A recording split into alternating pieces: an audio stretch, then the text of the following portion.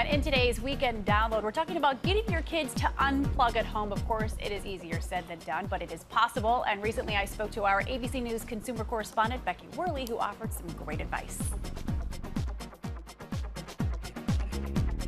It's all about balance, and sometimes you just want to have a kill switch for those devices. It would be great if you could just zap and turn the kids' devices off.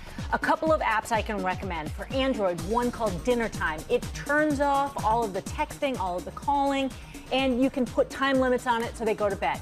For iPhones and iOS devices, it's a little bit more complicated, one called Hour Pact.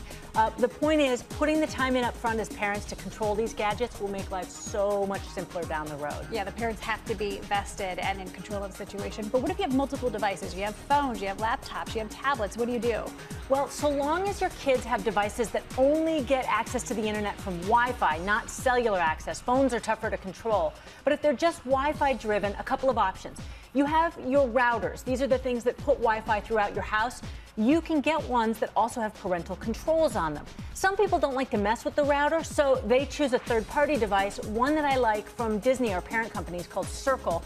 And this is a very simple way to shut the internet off, even limiting some apps on devices for kids. Good to know. I've been really happy with YouTube Kids, but you know, opening up the internet, you're opening up Pandora's box, you could say. How do you make the internet as safe as possible? You wish there was some software that would blacklist all the bad stuff and whitelist all the good stuff.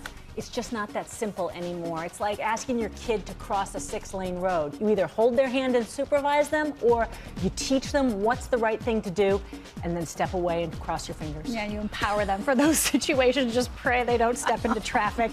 Becky, thank you very much.